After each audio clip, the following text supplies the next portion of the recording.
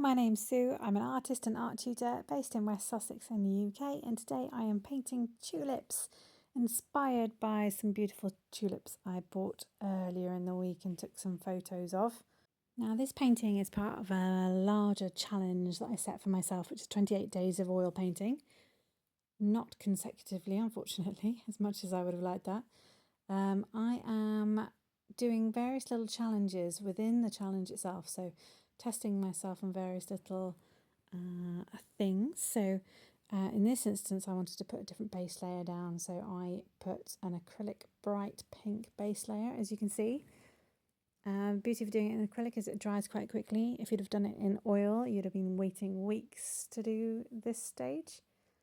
So after I put the acrylic base layer down, I used a sort of slightly diluted oil mix of white or yellow ochre to map out some of the tulips. And if you follow the tutorial on Patreon, you'll be able to see the reference image that I was working from, as well as a step-by-step tutorial downloadable PDF.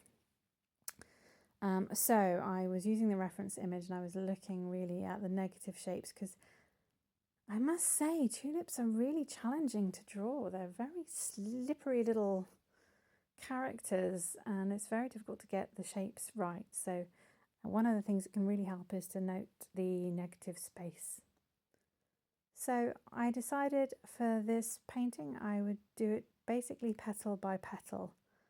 And this was a way of preserving the colours, because I had done a previous tulip painting yesterday and I was being a little bit freer with the colours and just daubing different colours down, and unfortunately a lot of my brighter colours got tainted with the titanium white, and it ended up looking quite chalky.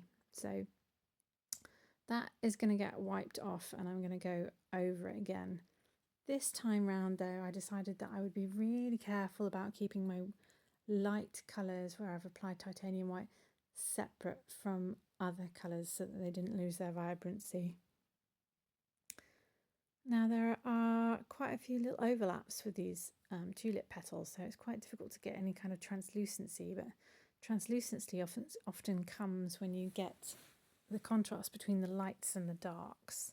You'll be able to see that in, I think it was Oil Challenge Day 3 where I was painting oranges, and you can get some really lovely translucent effects but just by applying some contrast next to them. So still using my my strategy of painting petal by petal. Obviously if you start at the top then it's less risky rather than starting off at the bottom, because then you're just going to run your hand through it as you paint. Where I wanted a sharp line, I put in a sharp line, but where I wanted it a little bit blended, you can use things like a kind of soft sable brush. Just blend those edges and it does a great job at just merging them a little bit. So I use, you can see the colours on my palette there. I had alizarin crimson, cadmium red, lemon yellow, yellow ochre and cobalt blue and titanium white for this, and I did my best to try and again separate some of those colours.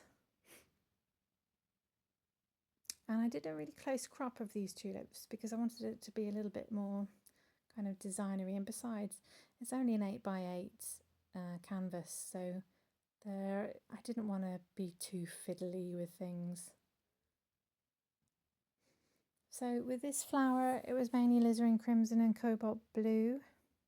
I did apply some little flashes of cadmium red as well.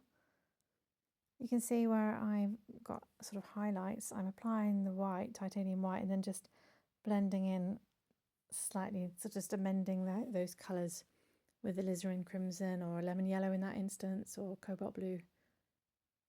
But I'm trying not to go over everything and blend it all in. Here I'm talking about some of the colour mixing. I find it very difficult to get bright pink.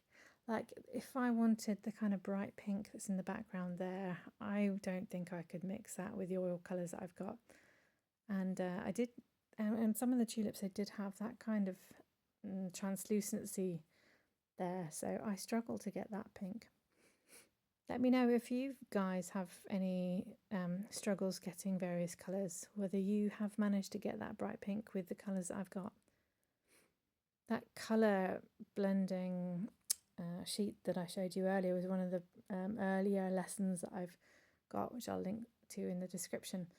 But it was really useful to see what kind of colours I could get in terms of secondary colours from the colours that I've got there, and I was looking at warm and cool shades of each of them. For the leaf here, I was using lemon yellow, and I also have sap green that comes out of a tube directly. And to get the shady bits to that, I also used cobalt blue, and I mixed it in with the sap green just to make it a little bit darker. Now it's getting to the point where I was thinking of a background and what I might want to add to the background, and I acquired recently some gold gilt wax. I don't know which order those words are in. Kind of cream which you can apply with a paintbrush, or you can rub it on. I don't know really what it's for. I imagine it might be for something like carvings or something like that, but it worked really quite well with the painting. So I tested it out in a corner, saw that it was a bit shiny, and decided that I would kind of buff it in. After doing this, I then realised that it worked really well with Sansador, and it kind of blended in so I could get into some of the edges, but I wanted to leave the pink edges anyway. So I haven't gone all the way to the flowers, as you can see, because I sort of just wanted to give a nod to the original kind of colour, and I like the pink. So pretty much done. If you would like to follow the full tutorial and watch this in real time where I talk about it and the decisions that I'm making, then pop over to my Patreon page, link in the description, and there you'll also be able to find the PDF step-by-step printout. If you become a member of my Patreon page, then you will be able to get this for half price.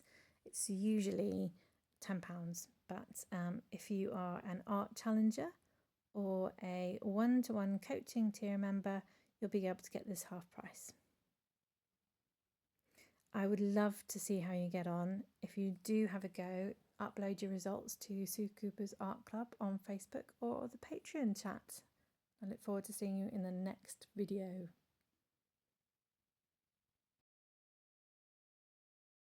Thanks very much for watching this video and joining me on my oil challenge. Any comments that you have would be greatly appreciated, and if you could like and subscribe, that would also be very much appreciated as I grow this channel. I'll see you at the next one.